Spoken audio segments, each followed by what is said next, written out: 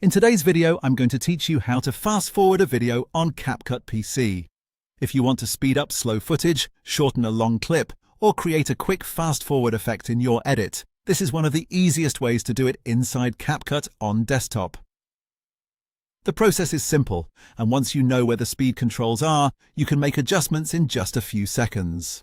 To begin, select the clip you want to change. Move your cursor down to the timeline and click directly on the video block you want to speed up.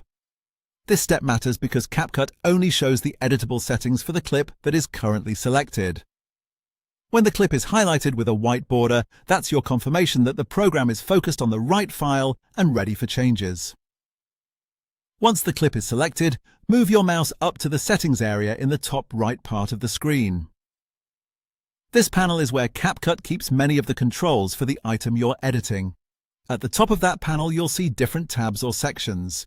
Click on the tab labeled Speed. This opens the playback speed controls and gives you access to the tool you need to create the fast forward effect.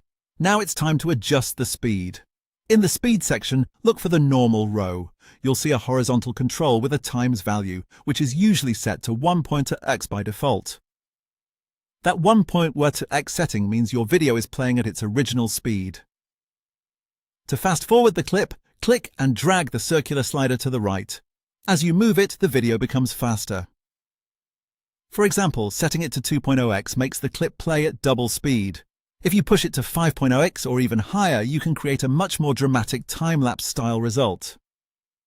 If you want a more exact speed setting, you can also double-click the number box on the right side and type in the multiplier manually. That's especially useful when you already know the exact speed you want and don't want to rely only on dragging the slider. And that's it. Select the clip in the timeline, open the Speed tab in the top right settings panel, and adjust the times value in the normal section until your clip plays as fast as you want. Once those quick moves are complete, your fast forward effect is set and ready to use. Done.